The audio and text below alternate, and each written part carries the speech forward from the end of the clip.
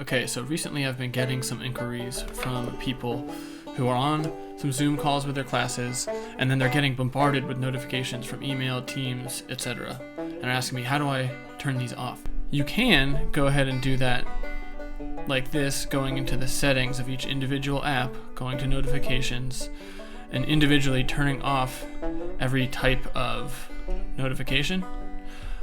But that's not sustainable. I mean, that's going to take you several minutes before every time you need to rid yourself of notifications.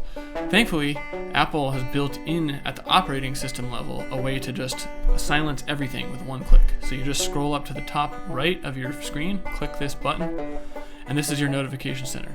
If you scroll up, you see these new options for night shift and then do not disturb appear. If you just toggle the switch for do not disturb, boom. All notifications across all applications are silenced in both audio and visual form. So nothing will come up to disturb what you're doing.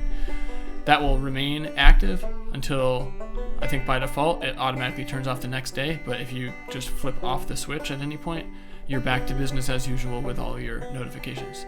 So I hope this is helpful as you manage the increased stream of incoming communications during this remote teaching and learning era.